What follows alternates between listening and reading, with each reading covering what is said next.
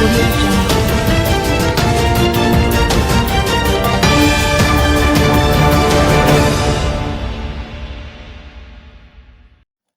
First deportees from the U.S. to Jamaica for 2025 landed in Kingston. Foreign Affairs Minister Kamina Johnson-Smith says Thursday's arrival in Kingston of a deportation flight from the U.S.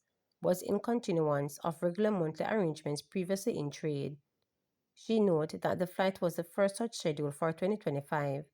It's unclear at this time how many people were aboard the flight. In a media release Thursday afternoon, Johnson-Smith stated that the government was acutely aware of concerns locally and in the U.S. regarding intensified implementation of U.S. immigration policy. She said these concerns have been heightened by misinformation circulating on social media, including exaggerated claims suggesting that tens of thousands of Jamaicans are set to be deported immediately and simultaneously. These assertions are categorically false, Johnson-Smith noted. She informed that the government is actively monitoring the situation and will continue its close engagement with U.S. authorities. However, she underscored that Jamaica, like most, if not all countries, has intentional obligations requiring us to accept the return of our citizens who are subject to deportation. For those who may have concern about their personal immigration status, we strongly advise seeking professional legal advice. The Jamaican Embassy in Washington, along with our consulates general in New York and Miami, have compiled contact information for attorneys with a track record of assisting members of our diaspora. While these lists are not exhaustive, they provide a thorough starting point for those in need of legal guidance. They will be available on the relevant website in very short order, she added. President Donald Trump administration has ramped up arrests of undocumented migrants in major cities around the U.S., and with more than 3,500 undocumented migrants arrested since he returned to the White House on January 20. An average of 310 such arrests were made during the 2024 fiscal year when former President Joe Biden was in office, according to the statistics published by the Immigration and Customs Enforcement ICE. The Trump administration has also started sending deportation flights using military aircraft to some countries. Man gunned down in Portland Cottage, Clarendon. The police in Clarendon are investigating the murder of a 57-year-old man whose body was found with gunshot wounds along a road in Portland Cottage. Dead is Garfield Morrison, unemployed, of Content Street in Portland Cottage. Reports are that about 8:50 p.m., explosions were heard along Dry Hill Road in the community. The police were summoned and Morrison was found along the roadway, suffering from what appeared to be gunshot wounds. He was assisted to the Mapen Hospital where he was pronounced dead. The Mapen Criminal Investigations Branch is probing the matter. Former charged with stabbing death of man in Above Rock, St. Catherine freed. 41-year-old former Gregory Allen, who was charged with the stabbing death of a man during a scuffle in Above Rock, St. Catherine in 2022, was yesterday freed after it was accepted that he acted in self-defense. Allen was freed of the charge of murder in the St. Catherine Circuit Court by Justice Bertram Morrison. I know that justice has been served and my client can now get on with his life, said the attorney, Denise Henson. Allen was charged over the death of 20-year-old Tajay Devil Anderson, unemployed, of Golden River in Above Rocks.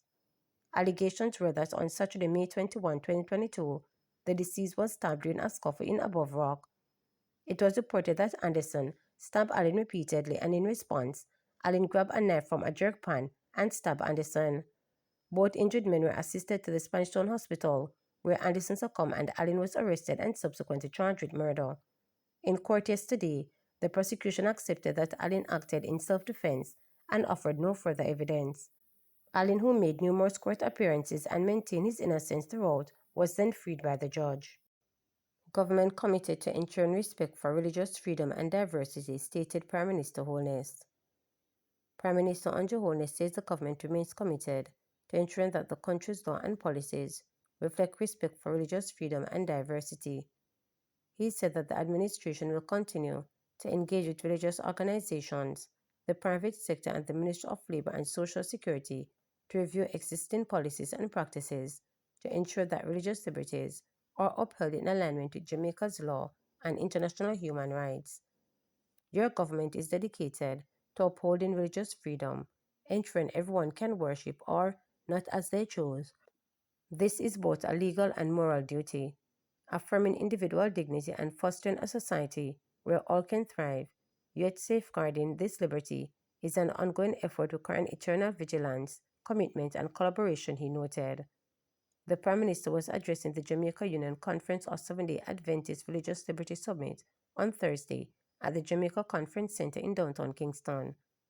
Holness pointed out that despite the constitutional guarantees, some citizens continue to face challenges in freely practicing their faith, particularly in the workplace and at educational institutions. We have heard the voices of those who may feel that their religious observance are somewhat misunderstood or disregarded. These concerns are legitimate, and as a society, we must work together to find solutions that uphold both individual rights and institutional responsibilities, he noted. The Prime Minister noted that religious liberty is about coexistence, not division, and finding pathways to mutual respect where no individual is forced to choose between their faith and their livelihood, and where institutions can operate effectively while accommodating the diverse needs of their members. Faith should never lead to discrimination, but rather to a deeper appreciation of what binds us together, our shared national identity, humanity, our respect for each other, and our collective aspiration for a better society. We are, after all, out of many one people, and must find strength in varied perspectives and work together for the common goal, he contended. My government remains committed to ensuring that our laws and policies reflect this respect for religious leaders, he stressed. Holness said the government recognizes the concern raised by members of the Adventist Church and other faith communities regarding Sabbath observance, particularly in employment and education. He noted that the summit provides an excellent opportunity to engage in meaningful dialogue, to listen, and to explore practical solutions. The Prime Minister commended those businesses and institutions that have already taken steps to accommodate religious observance in their operations. Flexibility in the workplace, where feasible, is not just an act of goodwill. It is a reflection of sound business and human resources practices. A workforce that feels respected and valued is a more productive and committed workforce. I encourage more employers to engage with employees and faith-based organizations to explore solutions that balance operational requirements with religious commitment, he noted. Holness pointed out that there are frameworks such as a flexible work week arrangement that can be leveraged to provide greater accommodation without disrupting business continuity.